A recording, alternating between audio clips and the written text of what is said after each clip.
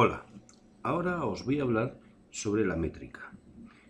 En este tema vamos a ver cómo funciona la versificación en español y cuáles son las clases de versos.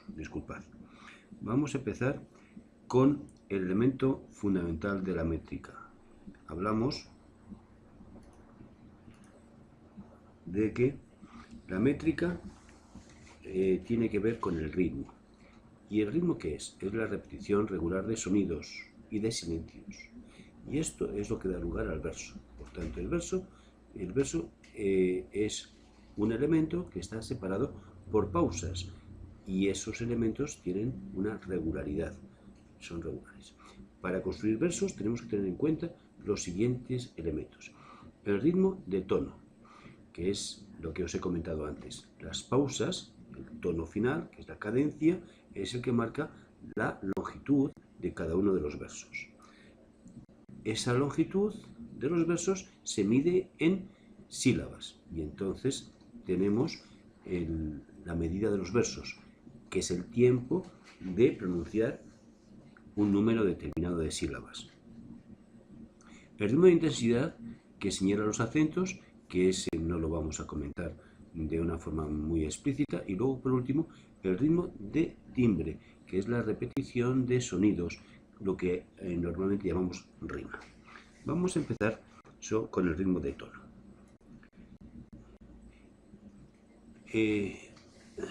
La pausa esencial en una composición estrófica es la pausa versal, que es la que limita un verso de otro verso. En la escritura se señala con un cambio de línea. Bien, esta pausa es fundamental, impide la formación de sinalefa y tiene un elemento fundamental que se llama tiempo cadencial.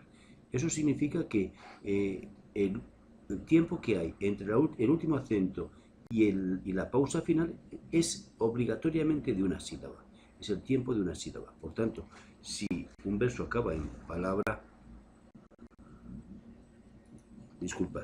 Si un verso acaba en una palabra aguda, se le aumenta una sílaba. Si acaba en una palabra esdrújula, se le quita una sílaba. Y si es llana, pues se queda como está.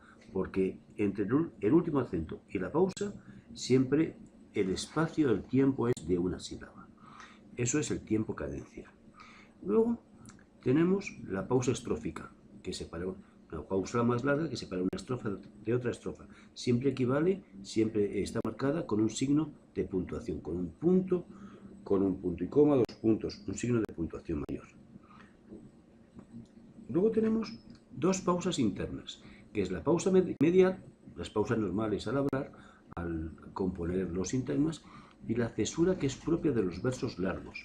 Y la cesura es muy importante porque en los versos largos, es decir, más de 11 sílabas, de 12 o más, muy frecuentemente aparece una pausa central que separa al verso en dos trozos, dos mitades que se llaman hemistiquios, que a todos los efectos es como si fueran dos versos independientes, aunque no son tales. Es un solo verso dividido por la mitad.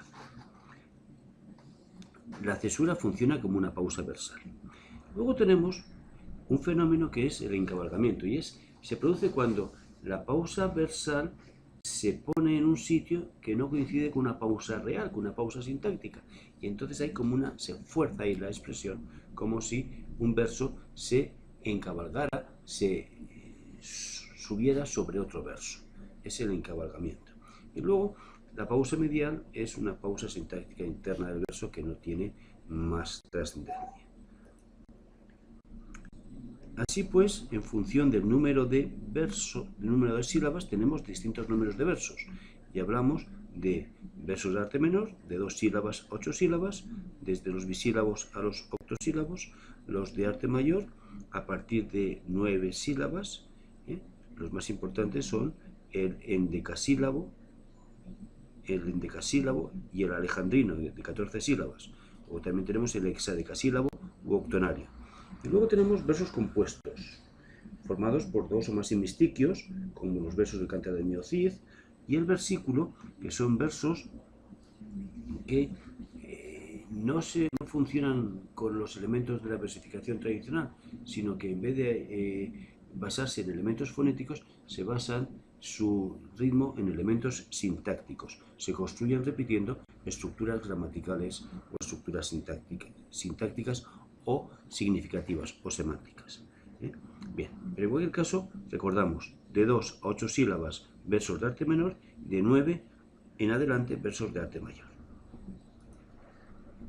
Bueno, para medir un verso tenemos que tener en cuenta los siguientes fenómenos. La sinalefa o alcance, que es el secuestro, es el alcance de una sílaba que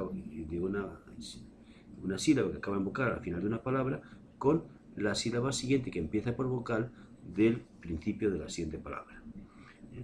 El tiempo cadencial, que ya lo he comentado, el tiempo que hay entre el último acento y la pausa versal, que siempre obligatoriamente es de una sílaba, y luego las licencias métricas, que son dos, la diéresis y la sinéresis. La diéresis consiste en separar un diptongo, es decir, de un diptongo que es una sílaba, hacer dos sílabas, por ejemplo, de ruido, hacer ruido, dos sílabas, de cielo, hacer dos sílabas, cielo, eso es una diéresis, y la sinéresis, el fenómeno contrario, de un hiato hacer un diptongo, por ejemplo, de león, león, o de campeón, campeón. De esa sinéresis campeón, que serían tres sílabas, hacemos solamente dos sílabas, campeón. Bien. La rima de los versos es la repetición de los sonidos al final de cada verso a partir de la última vocal acentuada. O sea que la rima siempre se observa a partir de la última vocal acentuada. Y entonces consideramos fundamentalmente dos tipos de rimas. La rima consonante, en la que se repiten todos los sonidos vocálicos y consonánticos, y la rima sonante, que se repiten solo los simas vocálicos. Y esta rima a veces se esconde, es un poco más compleja, porque hay que tener en cuenta lo siguiente, y es que cuando hay diptongos que afectan a la rima asonante, no se tiene en cuenta más que la vocal abierta, la vocal acentuada, la vocal que no está acentuada, la vocal no abierta, esa en el diptongo no cuenta. La segunda cuestión, no se tiene en cuenta para la rima asonante en las palabras esdrújulas la sílaba apostólica. Por ejemplo, apóstoles, la asonante de apóstoles es após, es la O de após, la segunda O desaparece y queda la E. Por tanto es O-E. Rimaría, por ejemplo, con pone. Apóstoles y pone. Rimarían en la asonante. Y luego hay que tener en cuenta que para la rima asonante es compatible en las palabras llanas y esdrújulas la E y la I. Por una parte, y la O y la U son equivalentes. Bueno, pues hasta aquí mis explicaciones sobre la métrica española. Muchas gracias por vuestra atención.